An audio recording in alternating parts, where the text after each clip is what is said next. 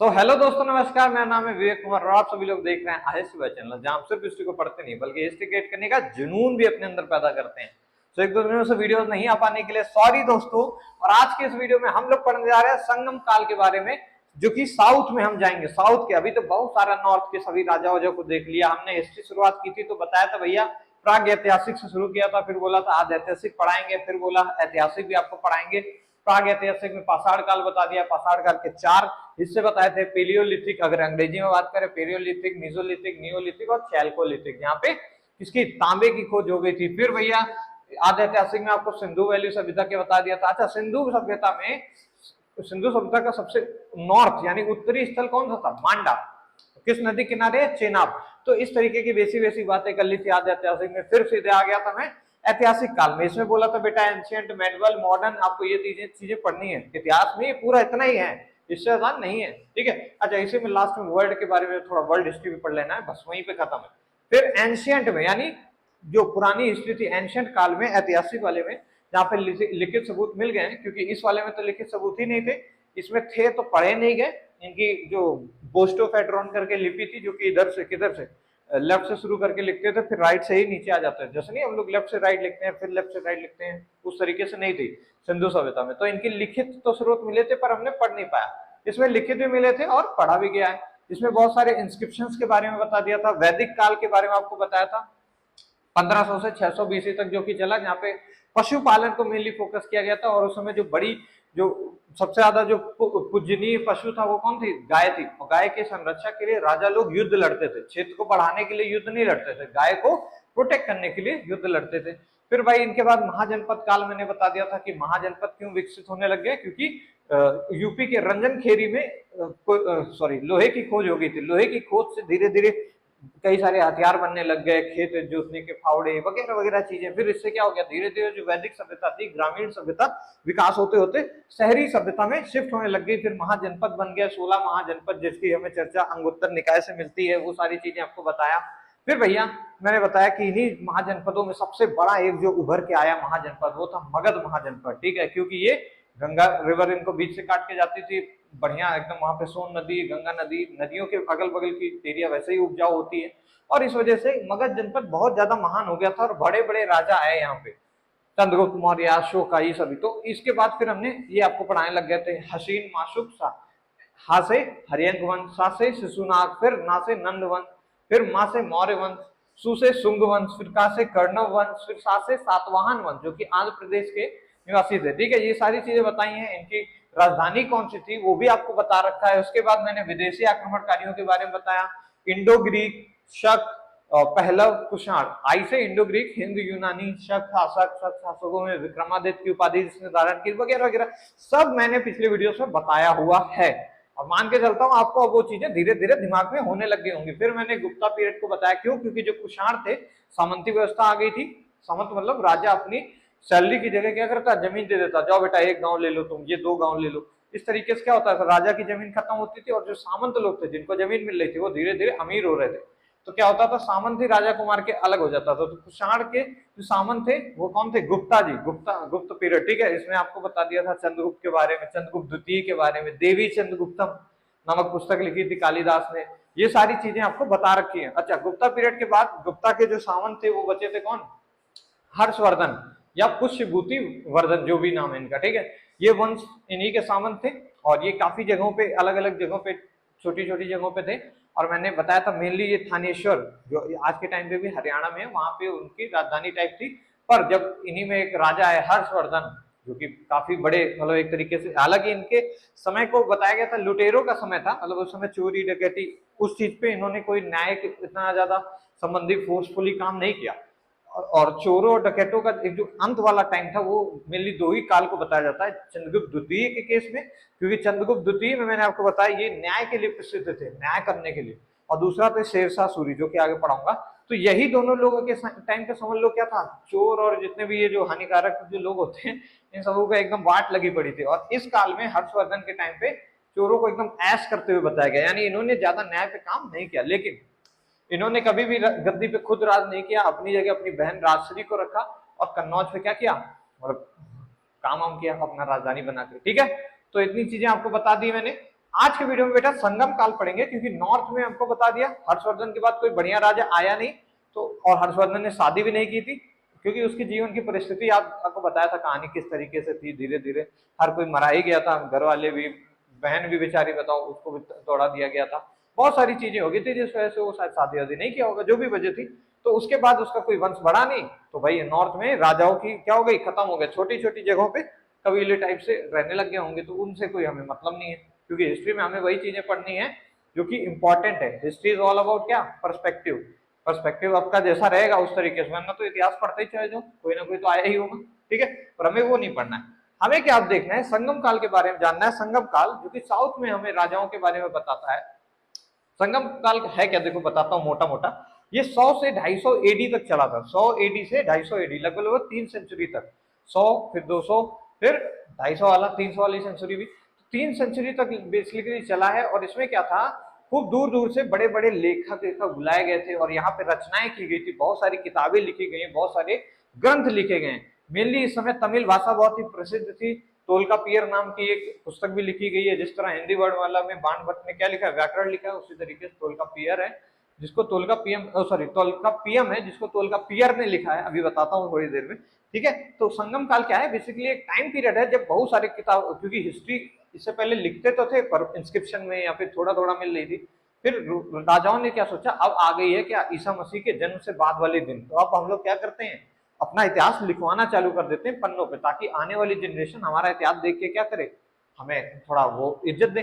तो इतिहास के अब ये लोग एकदम चहीते हो गए थे, तो खूब सारे लेखकों को बुलाया, आ जाओ बेटा आ जाओ, और हम अपनी खर्च में, सरकारी खर्च में आप लोगों को रहने खाने सबका बंदोबस्त करेंगे, आप लोग बढ़िया बढ़िया रचना कीजिए।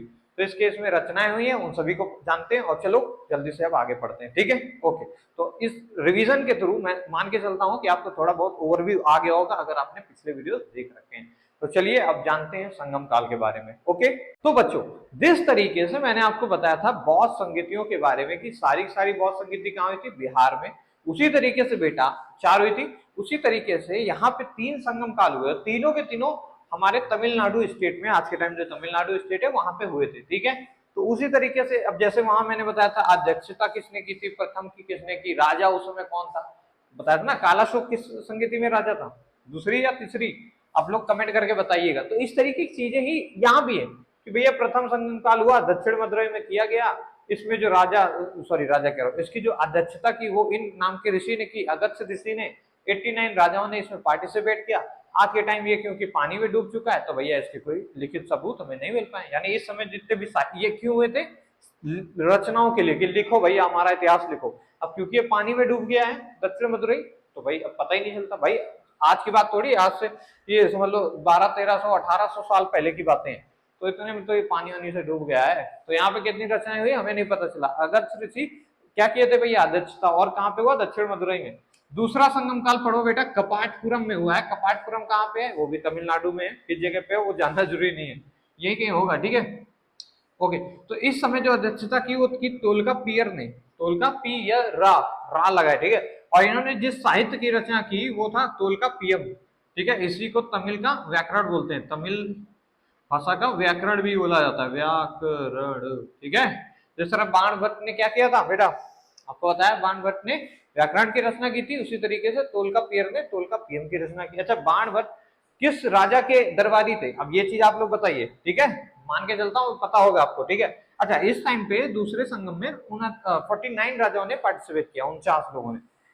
अब तृतीय संगम काल, इसमें देखो ये भैया मदुरई में हुआ, वो कपाटपुरम में, वो दक्षिण मदुरई में। मदुरई मतलब ऊपर होगा और दक्षिण मदुरई नीचे हो गया, तो दक्षिण मदुरई तो डूब गया है। इसकी अध्यक्षता की नकियर ने, किसने, नकियर, ये थे तोलकापियर, ये थे नकियर, वो थे अगस्त्य ऋषि, और इसमें 39 राजाओं ने पार्टिसिपेट किया। इससे ज्यादा आपको कुछ इसमें नहीं पूछा जाना है, तो याद कर लेना। अच्छा इधर आओ, यहाँ पे मैंने अब, क्योंकि तुम्हें मेनली संगम काल के अंदर 3 वंश के बारे में और पढ़ना है, चेर, चोल और पांड्य, PANDYA, तो इसके बारे में थोड़ा सा जान लो अभी कि वर्तमान स्थिति में कैसे दिखते थे, क्या उनका किधर साम्राज्य था। तो जो चेर वाले लोग थे वो आज के टाइम केरला के मालाबार कोस्ट की तरफ ऐसे ऐसे करके इस रीजन में फैले हुए थे, ठीक है। और इनका जो सिंबल था, जैसे हर वंश में क्या होता है, अपना अपना झंडा चलाते होंगे, तो इनका जो सिंबल था वो था धनुष। ध्यान से देखो तो ये धनुष की तरह बन भी रहा है, दिख रहा है, ये धनुष की तरह, धनुष बाण की तरह नहीं बन रहा है, इस तरीके से खींचो तो तो ये धनुष की तरह दिख रहा है, तो इस तरह याद रख सकते हो। चेर वंश का जो सिंबल था वो क्या था, धनुष की तरह था। चोल ये ऊपर की ओर थे, पांड्य उनसे नीचे की ओर थे, ठीक है। तमिलनाडु वाले पोर्शन में पांड्य थे और चोल भी यहीं पे थे लगभग लगभग, ठीक है। चोल का जो सिंबल था वो बाघ था। चोल जो थे बहुत ज्यादा आक्रामक थे, लड़ाई झगड़े के लिए बहुत ज्यादा फेमस थे। यहीं का एक राजा था, राजा राजा चोल, आपने नाम सुना होगा। इंडोनेशिया जाके एक राजा को मार के आया था, इंडोनेशिया, यहाँ से ना जाने कितनी दूर है इंडोनेशिया, यहाँ से लेके वहां तक मार के आ गया था। वहां भी अपना नाम चलाता है, इसीलिए इंडोनेशिया में आज भी भारत की संस्कृति फॉलो होती है। वहां पे जाके समझ लो अपना वो कर दिया था। अभी बताऊंगा जब पढ़ाऊंगा चोल के बारे में, ठीक है। अच्छा, नीचे है पांड्य। पांड्य का जो सिंबल है वो है मछली, ठीक है। चेर चोर पांड्य सारे आपको वो सिंबल याद रखना है, फिर पूछ लेता है, ठीक। अब इनको सिंगल सिंगल करके पढ़ लेते हैं। ओके ओके, सो देखो अब मैंने तीनों को, चेर चोल और पांड्य, तीनों को लिख दिया है यहाँ पे, और आपके सामने कुछ कुछ उनकी डिफिनेशन भी हैं। वो सारी चीजें जल्दी जल्दी करके खत्म कर देते हैं। तो देखो चेर सबसे ज्यादा प्राचीन था, सबसे पुराना कौन सा था इसमें से, चेर था, ठीक है। चेर जो कि केरला वाले पार्ट में था, मैंने आपको बताया मालाबार कोस्ट में। अच्छा, इसका सिंबल क्या था, धनुष था बेटा, धनुष की तरह दिखता भी है, पर्वतीय क्षेत्र में फैला। इसका मतलब जो नाम है उसका अर्थ क्या है, पर्वतीय क्षेत्र। चेर का अर्थ क्या है, शाब्दिक अर्थ पर्वतीय क्षेत्र। ऐत्रेय ब्राह्मण ग्रंथ में इसकी हमें मतलब चर्चा मिली है, इसमें इसको चेरा पद बोला गया है। ऐत्रेय जो ब्राह्मण ग्रंथ था, जब ब्राह्मण ग्रंथ पढ़ाया था ऐत्रेय वगैरह वगैरह, तब आपको ये चीज बताई थी। तो भाई ऐत्रेय में किस नाम से इसको नवाजा गया है, चेरा पद। तो पूछ सकता है, चेर का दूसरा नाम चेरा पद भी है। फिर अशोक के दूसरे शिलालेख में भी इसकी चर्चा है। 13वें शिलालेख में कलिंग के युद्ध की चर्चा है, बताया था। उसी तरह जो दूसरा शिलालेख था उसमें इस चेर की चर्चा है। यहाँ पे इसको बोला गया क्या बेटा, केरल पुत्र बोला गया, क्योंकि केरला वाले पार्ट में पड़ता था तो केरल पुत्र बोल दिया। अच्छा, इसकी जो राजधानी थी वो थी बंजी या फिर करूर। बंजी जो आज के टाइम करूर बोला जाता है, ठीक है, इसकी राजधानी थी। तो राजधानी बड़ी इंपॉर्टेंट है, इसलिए हरे से मैंने राजधानी तीनों की लिख दी है, ठीक। ओके, गन्ने की जो खेती थी इस टाइम बड़ी ज्यादा प्रसिद्ध थी। इनका एक राजा था, उसने गन्ने की खेती क्या की थी, शुरुआत कराई थी। इनका जो प्रथम राजा था उदयन जरेल, ये बड़ा इंपॉर्टेंट नाम है। जितने भी प्रथम राजा है मैंने फर्स्ट किंग करके लिखा है। क्यों, ये पेपर पूछता है भैया कि चेर वंश का प्रथम राजा कौन था। सबसे प्रतापी राजा तो आपको पता ही हो जाएगा, पर जो प्रथम राजा आया था वो कौन था भाई। तो इस वंश का जो प्रथम राजा था वो कौन था, उदयन जरेल, ठीक है। अच्छा, चोल में जो प्रथम राजा था वो कौन था भाई, सॉरी कहाँ गया, उरव हप्पेर, उरव हप्पेर, ठीक है। थोड़ा नाम अजीब से है, पर क्या ही कर सकते हैं। थोड़ा सा अगर इसको 3-4 बार देखते रहोगे ना तो आपको याद हो जाएगा। यकीन मानो, देखते देखते बहुत सारी चीजें हो जाती हैं। सिर्फ आपको बस क्या करना है, देखते रहना, पढ़ना भी नहीं, बस इसको क्या है, स्क्रीनशॉट ले लो, जल्दी से लो, और बस इसी स्क्रीनशॉट को थोड़ा थोड़ा करके देखते रहना है। एक को इसको याद कर लोगे ना, ये सारे याद हो जाएंगे। देखो अब इधर क्या, चोल का जो शाब्दिक अर्थ है उसका मतलब होता है नया देश। उसके शाब्दिक अर्थ का मतलब था पहाड़ी एरिया, पर्वतीय एरिया। चोल का शब्द का अर्थ मतलब है नया देश। और पांड्य के शब्द का अगर शाब्दिक अर्थ निकाले तो उसका मतलब है प्राचीन देश। इसमें पुराना देश, इसमें नया देश, इसमें पहाड़ी क्षेत्र, ठीक है। बड़ा इजी है याद करना। अब इसकी चर्चा हमें कहां से पता चलती है, हमें कैसे पता चलता है कि चोल भैया कोई थे दुनिया में। तो इनकी जो चर्चा मिली हमें पाणिनि के अष्टाध्यायी नाम की पुस्तक में मिली है। अब इससे भी याद हो गया आपको कि पाणिनि ने क्या लिखी है, अष्टाध्यायी। बाणभट्ट ने क्या लिखी है, व्याकरण। इस तरीके से काफी सारी पुस्तकें आपको याद भी वैसे करा दी मैंने। फिर भाई इनकी राजधानी क्या थी सॉरी, इनकी राजधानी क्या थी, उरई उर। इनकी राजधानी क्या थी बेटा, चेर वालों की राजधानी क्या थी, बंजी या फिर करूर, ठीक है। इनकी होगी भाई उरई उर, ठीक है। अच्छा, इनका जो सिंबल था बाघ था, अभी बताया। कहाँ थे ये लोग, ये दक्षिण कह रहा हूँ, ऊपर नॉर्थ वाले जो तमिलनाडु में ऊपर की साइड थे वो थे चोल, और नीचे पांड्य थे। अच्छा, इस समय सूती वस्त्र का बहुत ज्यादा उपयोग होता था। सूती वस्त्र यानी इस समय का सूती वस्त्र यानी कॉटन का क्लोथ, ऐसा बोला जाता है कि जो सांप की केचुली होती है ना, उससे भी पतला इनका सूती कपड़ा था। यानी ये लोग सूती कपड़े के मामले में बहुत ज्यादा आगे थे। कौन, चोल लोग। हालांकि ये लड़ाई झगड़े में भी काफी आगे थे। और इन लोग क्या थे, सूती कपड़े का वस्त्र व्यापार बहुत ज्यादा इनका होता था। रोम से इनका व्यापार हुआ करता था बहुत दूर दूर तक। मिली याद रखो, इनके टाइम पे गन्ने का खेती का ज्यादा था, और इनके टाइम सूती वस्त्र का काफी ज्यादा अच्छा खासा महत्व था, ठीक है। पहले किंग उरव हप्पेर थे।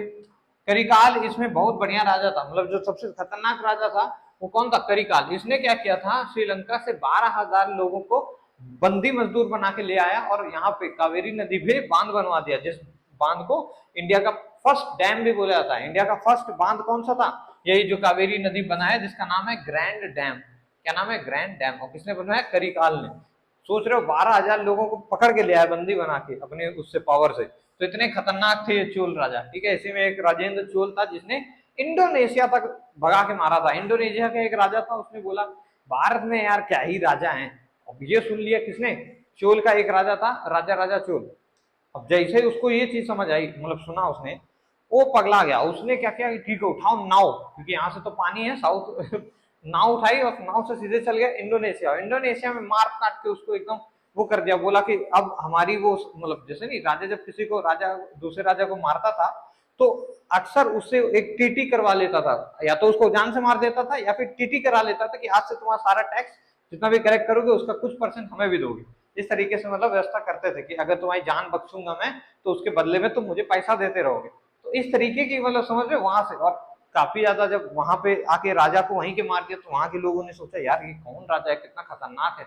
और फिर धीरे धीरे वहां पे काफी लोग यहाँ से जाके बिजनेस करने लगे और शिफ्ट हो गए, इसीलिए वहां पे भी इंडियन कल्चर देखने को मिलता है। अच्छा, करिकाल वो राजा का नाम है, वो राजा राजा चोल था।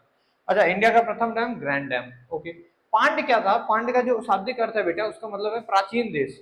ये मातृसत्तात्मक था। इसी तरीके से मैंने आपको सातवाहन बताया था वंश, तो वो भी मातृसत्तात्मक था। जैसे कि मातृसत्तात्मक होने का मतलब ये है, जैसे अगर कोई आपसे पूछे या आप क्या करते होंगे, बेसिकली बोलते होंगे अपने नाम के साथ पापा का नाम, या फिर पापा के नाम के साथ आपका नाम जुड़ा होता है। माता का नाम आप जल्दी नहीं बोलते। अगर आपसे पूछें आपके पेरेंट्स का नाम क्या, तो आप पिता का नाम पहले बोल देंगे। तो ये जो समाज है हमारे जो अभी का है, ये पितृ सत्तात्मक है। और यहाँ पे क्या था, मातृ सत्तात्मक, यानी महिलाओं को या माता श्री को क्या बोलते, ज्यादा इज्जत थी, ठीक है। इन्हीं ने तीनों संगम कराए, ये पांडवंश वालों ने ही तीनों संगम का पैसा खर्चा उठाया था, इन्हीं के राजाओं ने, ठीक है। इनका चिन्ह था मछली, जो कि बताया। फिर नोडियोन इनका पहला राजा था। नोडियोन भाई बड़ा इंपॉर्टेंट नाम है, क्योंकि इसने क्या की थी, समुद्र पूजा को स्टार्ट कराया था। नोडियोन ने क्या शुरू किया था, समुद्र पूजा, यानी समुद्र की जो पूजा। आज भी अगर आप साउथ में जाएंगे, तमिलनाडु, चेन्नई, इधर सब एरियाज में समुद्र को काफी ज्यादा लोग पूजते हैं। हालांकि उनका जानते हो मछली हो या कोई भी व्यापार हो, वो सबको समुद्र से ही होता है, तो वो एज इज्जत देने के लिए वो करते हैं। भारत में वैसे भी बहुत सारी चीजों को क्या किया जाता है, रिस्पेक्ट दिया जाता है, पूजा जाता है, जो भी आप लोग बोले, ठीक है। अच्छा, मदुरई इनकी कैपिटल थी। इनकी कैपिटल क्या थी बेटा, पुरैयूर। इनकी क्या थी, हमारी कहाँ की भाई, केरल, सॉरी केरल को तो कह रहा हूँ, बंजी या फिर करूर, ठीक है, करूर। ओके, इनकी मदुरई थी। महाभारत और रामायण से भी इनकी चर्चा मिलती है। जैसे इनकी चर्चा हमें कहाँ से मिल रही थी भाई, अष्टाध्यायी से, और इन वालों की दो चीजों से, एक तो शिलालेख से, अशोक के द्वितीय शिलालेख से मिली। दूसरा भाई ऐतरेय नाम के ब्राह्मण ग्रंथ से भी हमें चेत समाज की हमें नॉलेज मिली कि भाई अच्छा ये लोग थे। अच्छा, इनका क्या था, इंडिका नाम की जो पुस्तक जो मेगास्थनीज ने लिखी है, उससे पांड्य समाज का हमें चर्चा मिली है। और पांड्य को इन्होंने बोला था मेगास्थनीज ने मापर। आपको बताया है इंडिका नामक पुस्तक किसने लिखी है, जिसमें भारत का वर्णन है, किसने लिखी है, मेगास्थनीज ने। मेगास्थनीज किसके दरबारी में आए थे, ये आप लोग कमेंट कीजिएगा, ठीक है। इन्होंने पांड्य को क्या बोला है, माबर। तो पांड्य का ही दूसरा नाम माबर भी है, तो गलत टिक मत कर देना। ये चीजें बेसिक बेसिक याद रखना, ठीक है। तो मान के चलता हूँ आज के वीडियो में आपको कुछ चीजें सीखने को मिली होंगी। नेक्स्ट वीडियो में हम लोग इससे आगे वाकटक वंश, चालुक्य वंश, बादामी, वातापी चालुक्य, ये सब चीजें आगे डिस्कस कर रहे होंगे। क्योंकि साउथ में देखिए थोड़ा सा नाम आपको अलग लगेगा, क्योंकि इस समय तमिल भाषा ही प्रसिद्ध थी और तमिल में थोड़ा सा उस टाइप के नाम है, तो आपको याद करने पड़ेंगे, ठीक है। और ठीक है, hope for your best, forget about the rest.